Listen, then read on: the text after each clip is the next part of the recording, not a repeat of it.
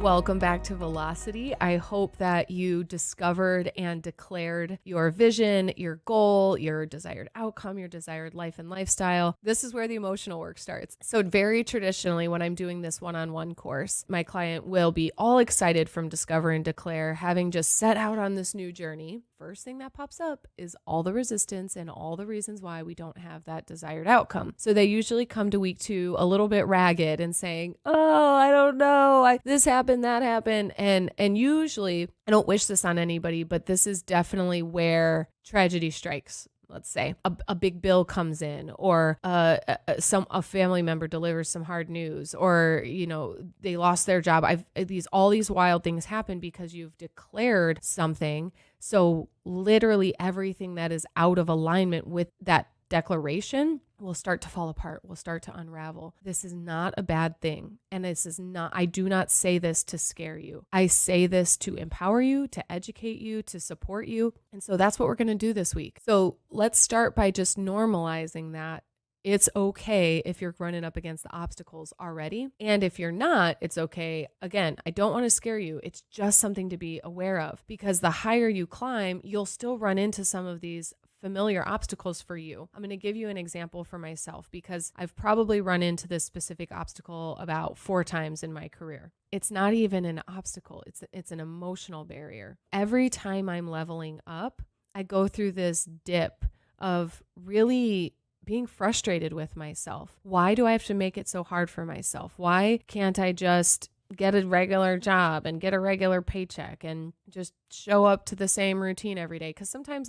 when I'm leveling up specifically and I'm going into territory that I've never reached, maybe charging more or setting up this program, Hula, the Hearts Unleashed Academy curriculum, every level was a level up. I started to charge more. I started to sell bigger packages. And it always happened at the point where I would get really familiar and comfortable with the work I was already doing. So in the beginning of my business, I was only charging maybe $250 an hour or a month. I was only charging $250 a month, and then $500 a month. And that felt scary. And $700 a month felt really scary. $1,200 a month felt really scary. $700 an hour, to go from charging $700 a month to $700 an hour. Those were up levels that were very uncomfortable. And I was like, every level, I'm like, they'll never pay that. It was always a growth. And I would reach that barrier of wanting to quit, but not because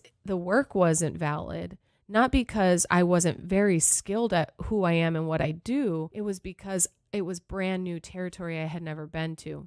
And I get to that point of self-frustration, self-hating, self-loathing, because if I'm really good at charging $500 a month, why don't I just do that forever and just keep rocking it? Because that's not my greatest potential. You're here because the edge of your greatest potential is always moving further out, and you're always willing to grow into it. You can't shut that off. I love you. You can't shut that off. And so you get to accept it. That does mean moving beyond what you've gotten really familiar and good at and comfortable with. If there's anything you can count on, if there's any consistency in life, it's that everything changes, everything grows. It's the nature of the law of attraction. You will always find something new to desire, something new to want, something new to achieve and attain. It's up to you to accept that call to be greater and greater and greater. I too run up against that barrier, or you might have a different flavor. I have plenty of certain things, like I'm very good at catastrophizing. So somewhere I circle back to that same skill of imagining the worst case scenario. And so these are the things that will come up in this clear and release week. You're like, I am going to be great. And then all of a sudden, all your shit comes up and out. So we're going to clear and release. So let's take a look at the pillars of empowerment. The pillars of empowerment here are still awakening, awareness, and acknowledgement. We have to awaken to our obstacles and barriers. These are emotional, and it might be resistance that manifests outside of us. Maybe when we declare to be great or decide to be great, our family starts to implode or work starts to get really busy. Those are manifestations of your own belief systems outside of you. So you can watch those manifestations, but what I encourage you to do is detach from them. The thing things that manifest outside of you don't mean anything. Like that's not something you're going to go, oh, I got to fix and figure. It's a chance to look inward. The universe is a giant mirrored room. So it's a chance to look inward at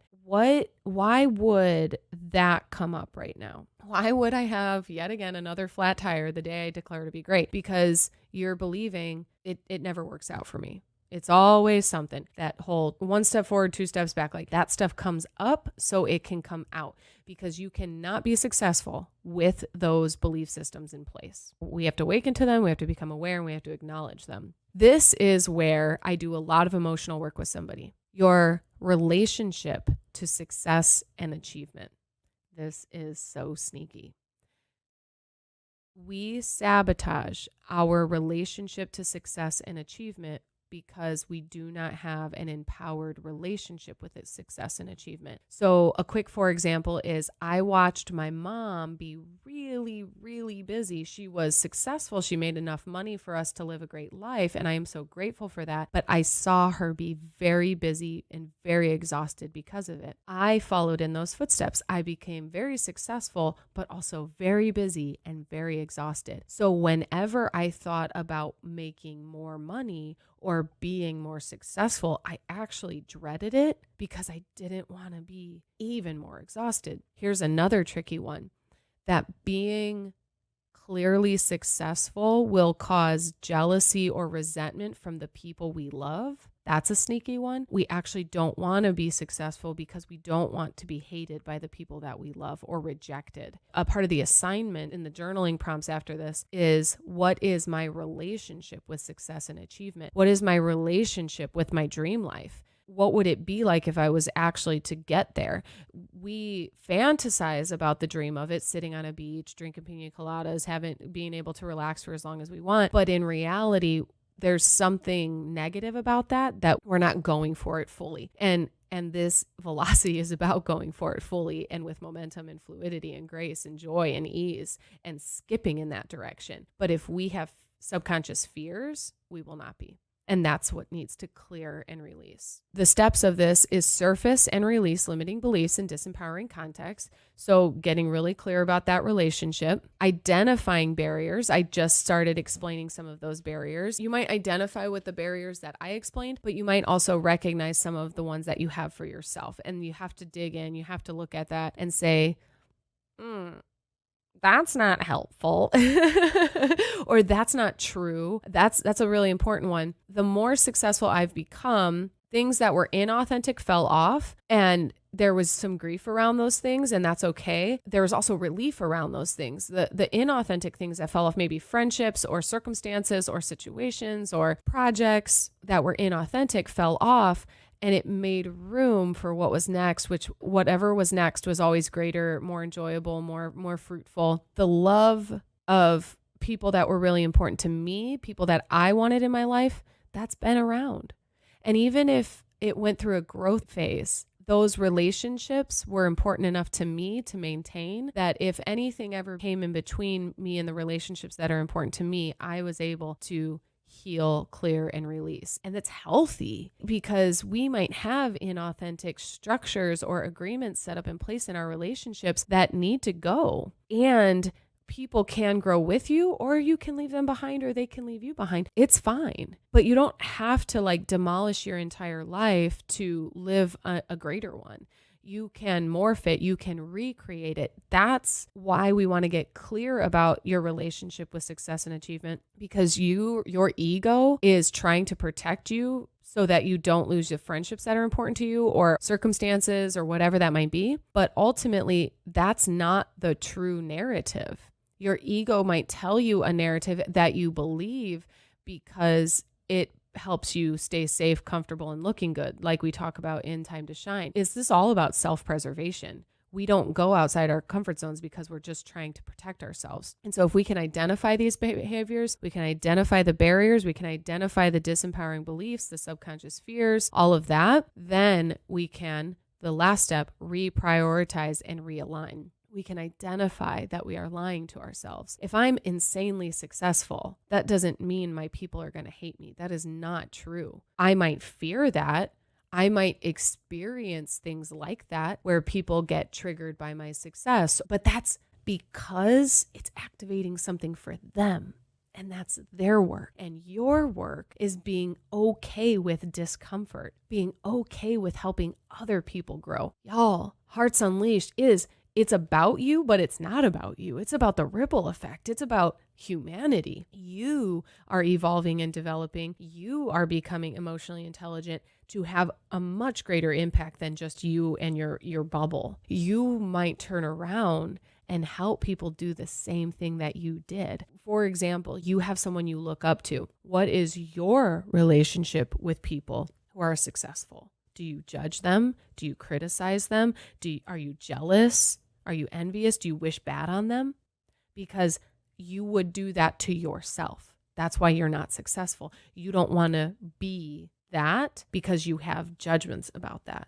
So for as long as you have judgments about people like that, you won't be people like that. So that's what we're clearing and releasing here. You might see on the module listed is healing hypnotherapy as necessary. If you bought the extended package for the digital course, you have one-on-one coaching available. So this is where I might do inner child work with somebody, healing trauma and unhealed wounds. The last piece I want to integrate here is the judgments you have are very limited based on your life experience. There's these things that aren't true that are preventing you from going for it. It would be very healthy of you to interview someone at the level of success that you see yourself at so that they can work with you to debunk and disprove your current potentially incorrect assumptions of that level of success. For example, a millionaire. A millionaire, you might think, oh my God, how much do you have to work to be a millionaire? That's not true. Usually people making more money are doing less work because they've cracked the code on money. Money isn't about hourly work. It's about exponential multiplication of assets and revenue and gifts. It actually gets to get easier. You don't have to be as busy. In fact, part of your real work is protecting your schedule and your well-being. And so you're maybe getting paid more for less work because it doesn't look like traditional work and your schedule isn't as jam-packed. You might interview someone who's had a relationship for 50 years if being married is the goal. There might be these belief systems you have from square one that aren't true at square 100. There can be mistakes that can be avoided if you're working with a mentor in that specific industry as well. That was clear and released. You're going to be moved into a module or a video where we go over the journaling prompts. So be sure to do those. Dive in, get in there. I encourage you to take your time with those. This is not a rush through. This is really the work. And so taking your time, taking breaks when you need can also be really valuable. You don't have to get it done like an assignment. There's no quiz about it. It is your emotional development. It's your maturation. So take your time with that. And life will also work with you in the process, provide you plenty of opportunities to apply your new lessons. So thank you for tuning in to Module 2. I will see you in the journaling prompts.